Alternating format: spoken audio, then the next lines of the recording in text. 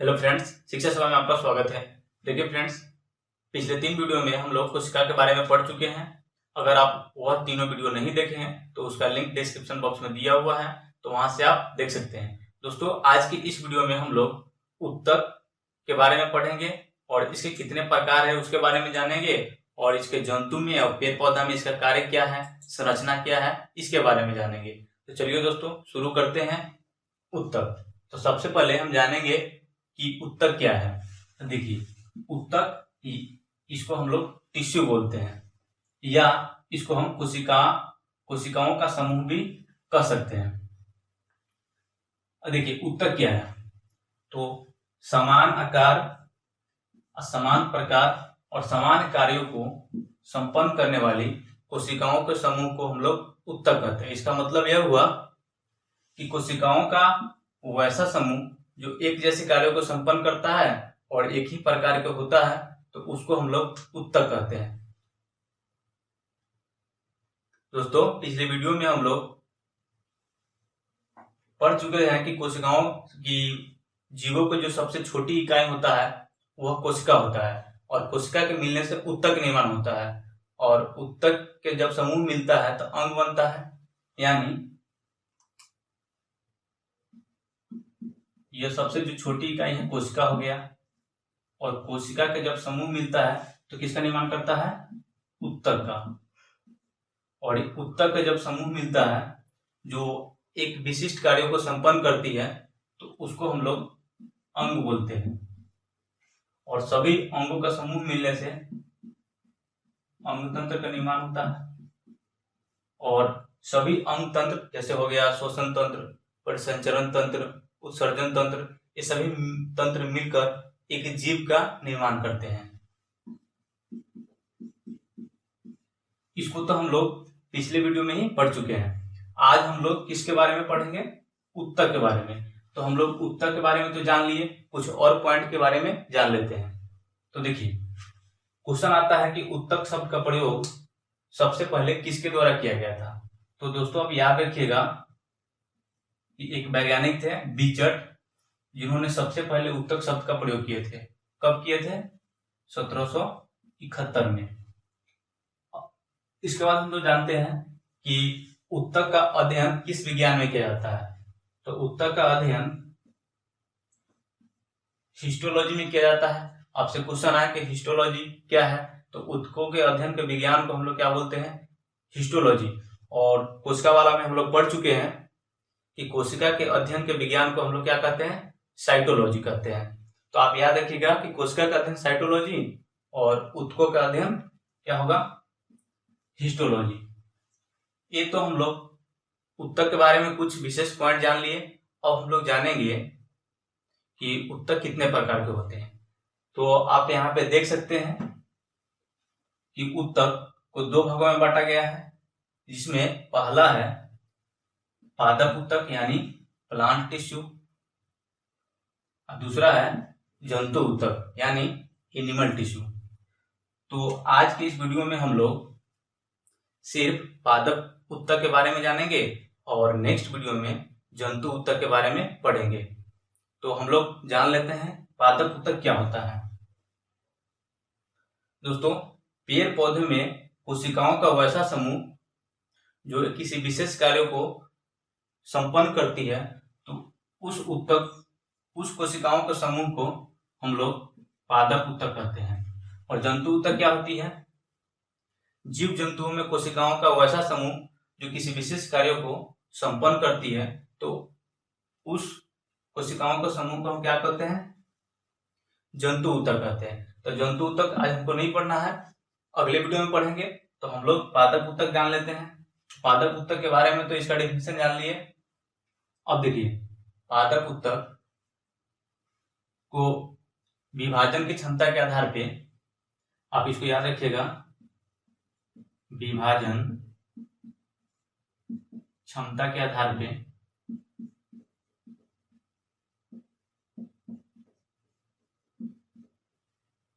विभाजन क्षमता के आधार पर जो पादप उत्तक है उसको 2 भागों में बांटा गया है, जिसमें पहला है विभाज्योत्तक उत्तक और दूसरा है अस्थायी उत्तक। तो अब हम लोग जानेंगे कि विभजोतक ऊतक क्या है। इस और यह पेड़ पौधा के ऊतक है, तो पेड़ पौधा में यह कौन सा कार्यों को संपन्न करती है और इसका कहाँ उपस्थित होता है। तो देखिए, तो सबसे पहले तो हम लोग जान लेंगे विभजोतक ऊतक क्या है। जैसे कि यहाँ पे देख रहे हैं विभाजन की क्षमता के आधार पे, यानी यहाँ पे नाम में भी लगा है विभजोतक, यानी वैसे पादप ऊतक होता है जो पेड़ पौधे में विभाजन का काम करता है, तो उस ऊतक को हम लोग विभजोतक ऊतक के नाम से जानते हैं। और यह पेड़ पौधे के अलग अलग भागों में पाए जाते हैं और मुख्यतः 3 भागों में विभक्त है, जिसमें पहला है देखिए शीर्षस्थ विभजोतक ऊतक, दूसरा पार्श्वस्थ विभजोतक ऊतक, तीसरा अंतर्वेशी विभजोतक ऊतक। इसको हम लोग एपिकल बोलते हैं, इसको लैटरल बोलते हैं, इसको इंटरकैलरी मेरिस्टेम टिश्यू बोलते हैं। अब हम जानेंगे कि शीर्षस्थ और पार्श्वस्थ और अंतर्वेशी जो विभजोतक ऊतक है, यह पेड़ पौधा में किस तरह से कार्य करती है और कहाँ पे उपस्थित होती है। तो चलिए दोस्तों, हम लोग इस एक स्ट्रक्चर के माध्यम से इस तीनों को आसानी से समझ लेते हैं। देखिए, हम एक पौधा बनाते हैं,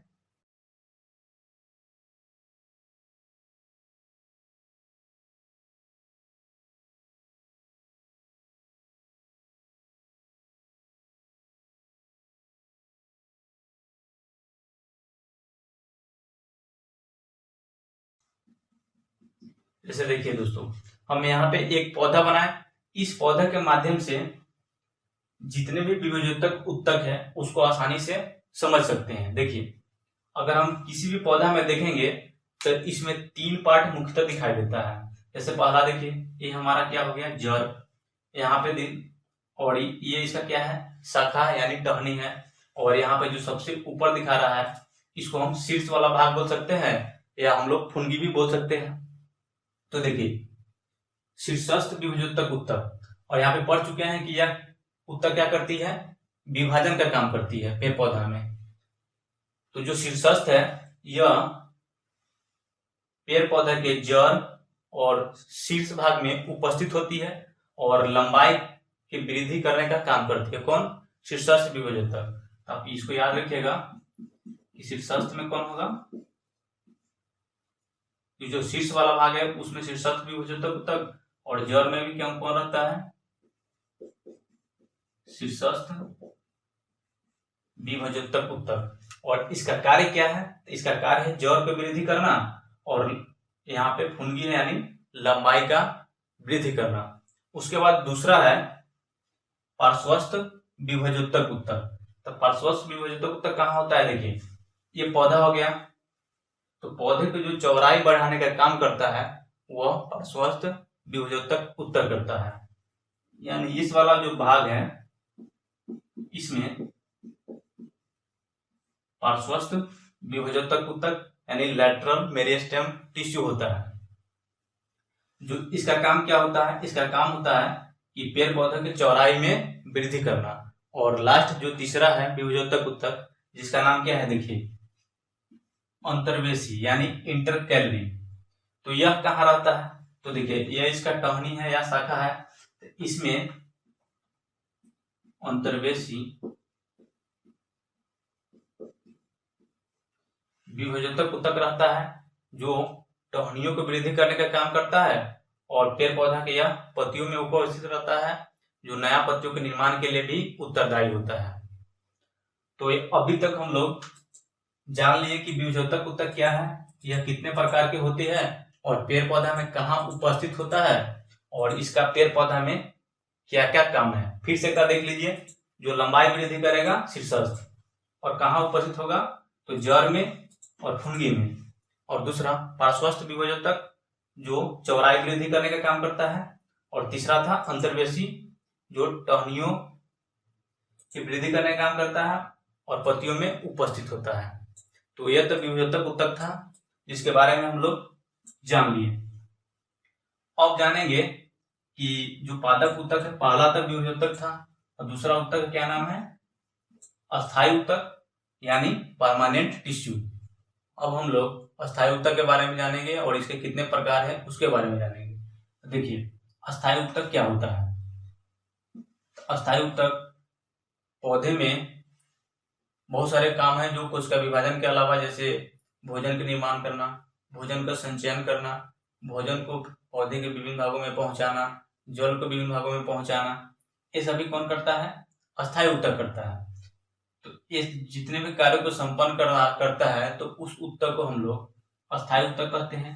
इस अस्थायी ऊतक को दो भागों में बांटा गया है, एक सरल अस्थायी ऊतक यानी सिंपल परमानेंट टिश्यू, और दूसरा जटिल अस्थायी ऊतक कॉम्प्लेक्स परमानेंट टिश्यू। अब हम लोग जान लेते हैं कि सरल अस्थायी ऊतक और जटिल अस्थायी ऊतक क्या है। देखिए, जैसा कि नाम से स्पष्ट है, सरल मतलब आसान, जटिल मतलब इसका जो संरचना होगा कठिन होगा। तो सरल अस्थायी ऊतक यानी कोशिकाओं का वैसा समूह जो किसी विशिष्ट कार्य को संपन्न करती है, तो इसको हम लोग सरल अस्थायी ऊतक कहते हैं। और जटिल अस्थायी ऊतक क्या होता है? यह अलग अलग कोशिकाओं का समूह होता है जो किसी निश्चित कार्य को करती है, तो इसको हम लोग जटिल अस्थायी ऊतक। इस दोनों में अंतर क्या है? इसमें अलग अलग कोशिका मिलती है जिसके कारण इसका संरचना जटिल हो जाता है। इसमें एक ही प्रकार की कोशिका होती है जिसके कारण इसका संरचना क्या होता है? सरल होता है। तो इसको हम लोग सरल अस्थायी ऊतक और इसको हम लोग जटिल अस्थायी ऊतक कहते हैं। अब देखेंगे कि जटिल सरल अस्थायी ऊतक का कितने प्रकार हैं।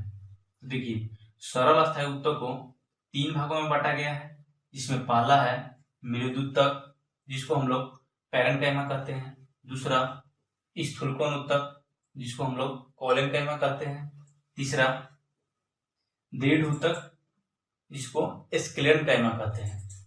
अब मृदुतक, स्थूलकोण ऊतक और दृढ़ ऊतक के बारे में हम लोग अंतर करके समझेंगे। तो देखिए, सरल अस्थायी ऊतक में पहला है मृदुतक, तो इधर हम लोग लिख लेते हैं मृदुतक, और दूसरा है स्थूलकोण ऊतक,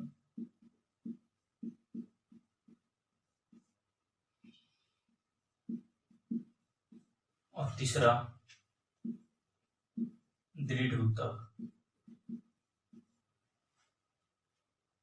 देखिए, मृदुतक इसको हम लोग इंग्लिश में पैरेन्काइमा,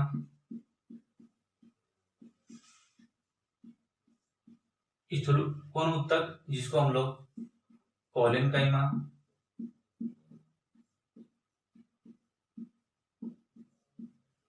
और तीसरा है दृढ़ ऊतक इसको हम लोग स्क्लेरेनकाइमा।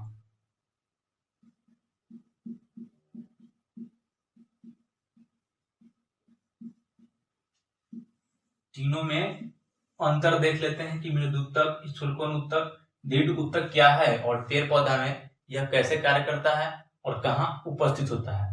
देखिए, मृदुतक ऊतक, ये तीनों क्या है? सरल अस्थायी ऊतक के प्रकार है। तो कभी कभी तो क्वेश्चन ऐसे आता है कि निम्नलिखित में कौन सरल अस्थायी ऊतक के उदाहरण नहीं है, तो ये तीनों दिया जाता है, उसके बाद एक और नाम दिया जाता है। तो अगर आप इस तीनों को याद रखते हैं तो यहाँ से भी ऑब्जेक्टिव को सॉल्व कर सकते हैं। तो हम जान लेते हैं कि मृदुतक ऊतक और स्थूलकोण ऊतक, दृढ़ ऊतक में क्या अंतर है। देखिए, सबसे पहले पहला जानते हैं। देखिए, मृदुतक क्या ऊतक क्या होता है? यह जो इसकी जो मृदुतक ऊतक का जो कोशिकाओं का समूह होता है वह जीवित होता है, और जो इसकी कोशिका भित्ति होती है, कोशिका भित्ति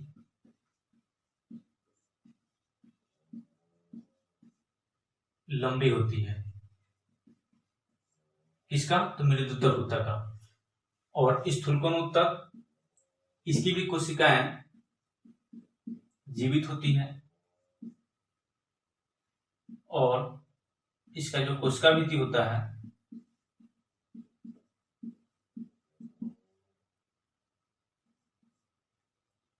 मोटी होती है, और इसकी जो कोशिका भित्ति लंबी और पतली होती है।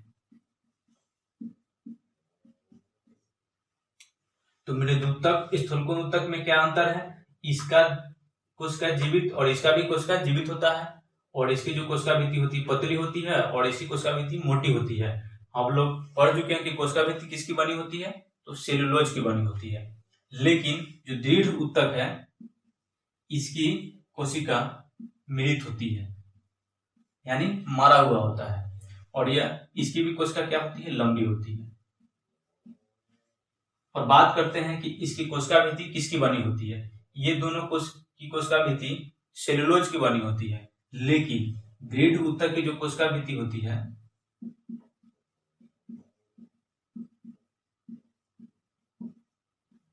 यह लिग्निन की बनी होती है।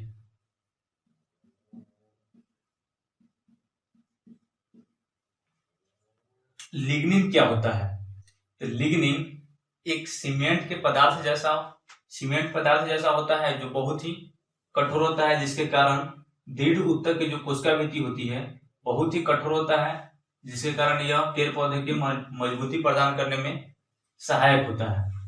ये तो हम लोग जान लिए कि किसकी कोशिका जीवित है, किसकी कोशिका मृत है।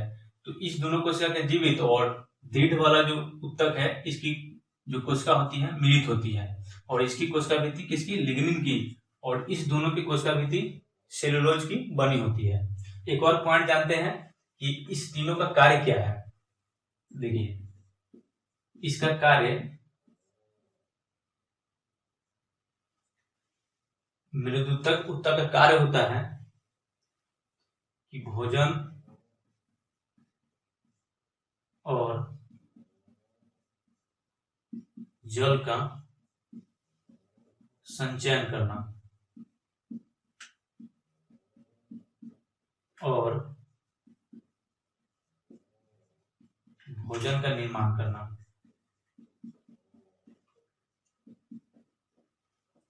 स्थूलकोण ऊतक का कार्य क्या होता है, इसका कार्य होता है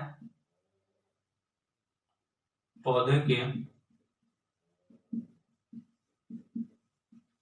यांत्रिक सहारा प्रदान करना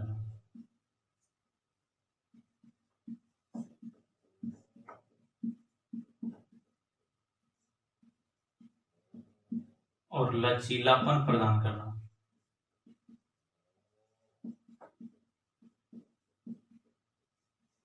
और लचीलापन क्यों प्रदान किया जाता है, क्योंकि जब कोई भी आंधी तूफान आती है तो जिसके कारण स्थूलकोण ऊतक के कारण ही जो पेड़ पौधा होते हैं जल्दी नहीं गिर पाते हैं, क्योंकि क्या होती है, लचीलापन होता है। किसके कारण, स्थूलकोण ऊतक के कारण। और इस कोशिका का ऊतक का कार्य क्या होता है, इसका आप कार्य याद रख सकते हैं कि नाम से ही स्पष्ट है, दृढ़, और इसकी जो कोशिका भित्ति है लिग्निन के कारण कठोर होता है, जिसके कारण यह पौधे को मजबूती और कठोर बनाने का काम करता है। और एक एक पॉइंट और इसका ध्यान रखिएगा कि जो मृदुतक होता है इसमें कोशिकीय स्थान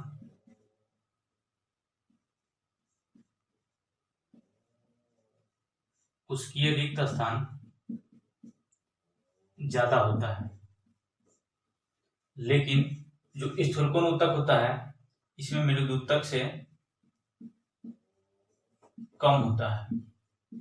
यानी इसका मतलब हुआ कि इसमें जो कोशिकीय जो खाली स्थान रहता है इसमें कम रहता है, सबसे ज्यादा इसमें रहता है। लेकिन दृढ़ ऊतक में जो इसके कोशिका भित्ति लिग्निन कारण इसमें खाली जगह नहीं रहता है, यानी इसमें कोशिकीय रिक्त स्थान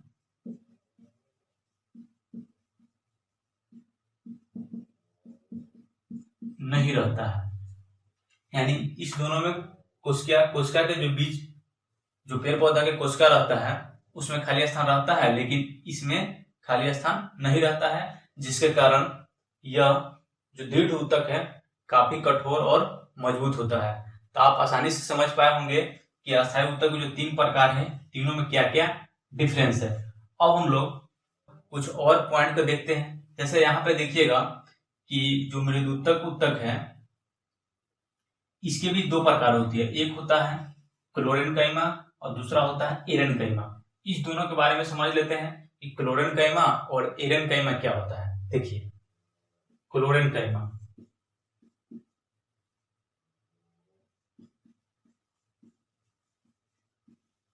जिसको हम लोग हरित लवक उत्तक बोलते हैं, और दूसरा एरेनकाइमा,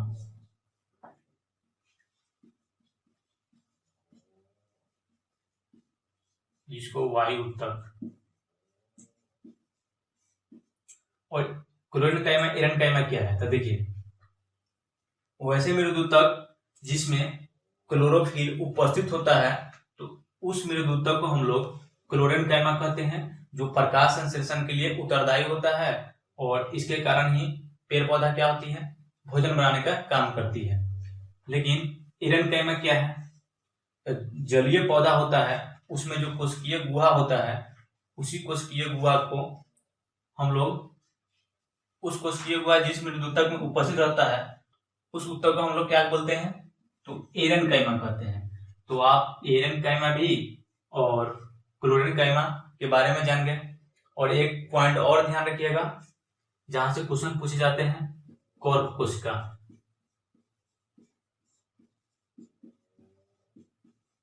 यह कॉर्क कोशिका क्या होती है, तो दोस्तों आप पेड़ पौधे देखे हैं, पेड़ पौधा में जो छाल रहता है, उसी छाल को हम लोग कॉर्क कोशिका के नाम से जानते हैं। और इसकी जो छाल होती है बहुत ही कठोर और मजबूत होती है। तो क्वेश्चन आता है कि कठोर और मजबूत किसके कारण होता है, तो आप इस पॉइंट को याद रखिएगा कि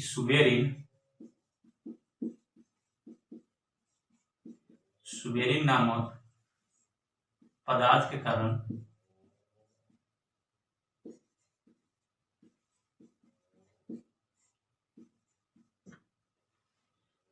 कारण जो कॉर्क कोशिका की दीवार होती है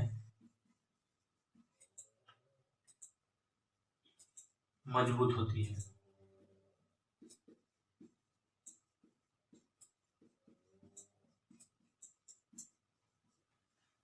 अब मजबूत होता है तो इसका मतलब है इसमें भी अंतरकोशिकीय जो स्थान है नगण्य होता है, और इसका उपयोग कहाँ किया जाता है, तो जो कॉर्क कोशिका होती है वो बहुत ही हल्का होता है, जिसके कारण इसका प्रयोग खेलों के जो सामान बनते हैं उसमें इसका इस्तेमाल किया जाता है।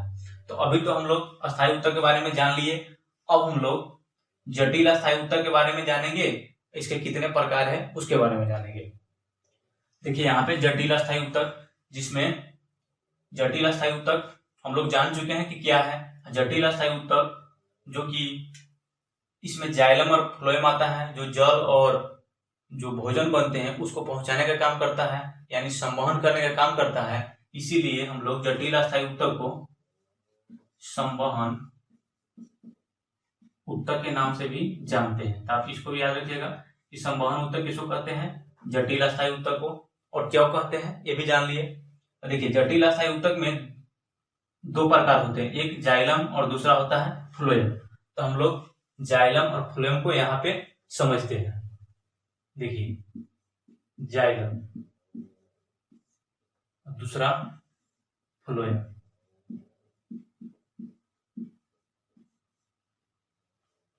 जाइलम को हम लोग दारू के नाम से भी जानते हैं, उसके बाद फ्लोएम जिसको बास्ट। लेकिन यह पेड़ पौधा में दारू एक क्या है, जटिल अस्थायी उत्तक का प्रकार है, और फ्लोएम को जिसको हम लोग बास्ट के नाम से जानते हैं। जाइलम को हम लोग एक और नाम से जानते हैं, ये भी याद रखिएगा, चालनी उत्तक के नाम से भी।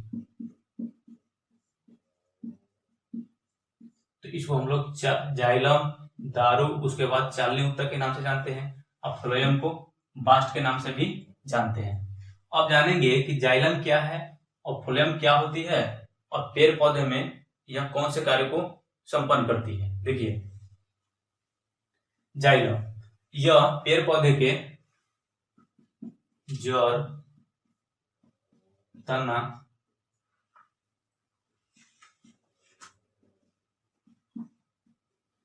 तथा पत्तियों में उपस्थित होते हैं, और ये भी जड़, तना, तथा पत्तियों में उपस्थित होता है। काम क्या करता है? भोजन तैयार करने का काम तो मृदुतक करता है। तो भोजन तो पेड़ पौधा में तैयार हो गया है, लेकिन पेड़ पौधे में भोजन पहुंचाने का कार्य कौन करता है? तो भोजन पहुंचाने का कार्य फ्लोएम द्वारा होता है और जल पहुंचाने का कार्य जाइलम द्वारा होता है। तो क्वेश्चन आता है कि पेड़ पौधे में जल का संचयन या जल का संवहन किसके द्वारा? तो जल का संवहन जाइलम द्वारा। जल का संवहन किसके द्वारा? तो जाइलम द्वारा। और जो तैयार भोजन होता है उसको जड़ से पेड़ पौधा के विभिन्न भागों तक पहुंचाने का काम कौन करता है? तो भोजन कौन करता है? फ्लोएम। भोजन का संवहन किसके द्वारा? तो फ्लोएम के द्वारा। अब हम कैसे याद रखेंगे कि कौन भोजन का संवहन करता है, कौन जल का संवहन करता है, या जल को एक जगह से दूसरी जगह ले जाने का काम कौन करता है? तो देखिए यहां से याद रखते हैं कि जाइलम, यहाँ पे ज से जाइलम है और ज से क्या आएगा? जल आएगा। तो जो जल को पहुंचाने का काम करेगा जाइलम, और जो भोजन को पहुंचाने का काम करता है वो कौन होता है? फ्लोएम या बास्ट होता है। ये तो हम लोग जाइलम और फ्लोएम के बारे में जान लिए।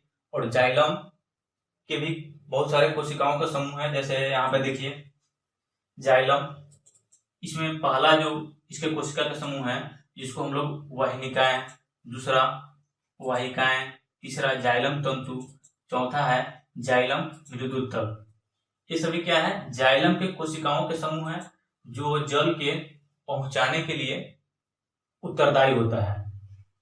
तो क्वेश्चन आते हैं कि निम्नलिखित में कौन जाइलम के कोशिकाओं के समूह नहीं है?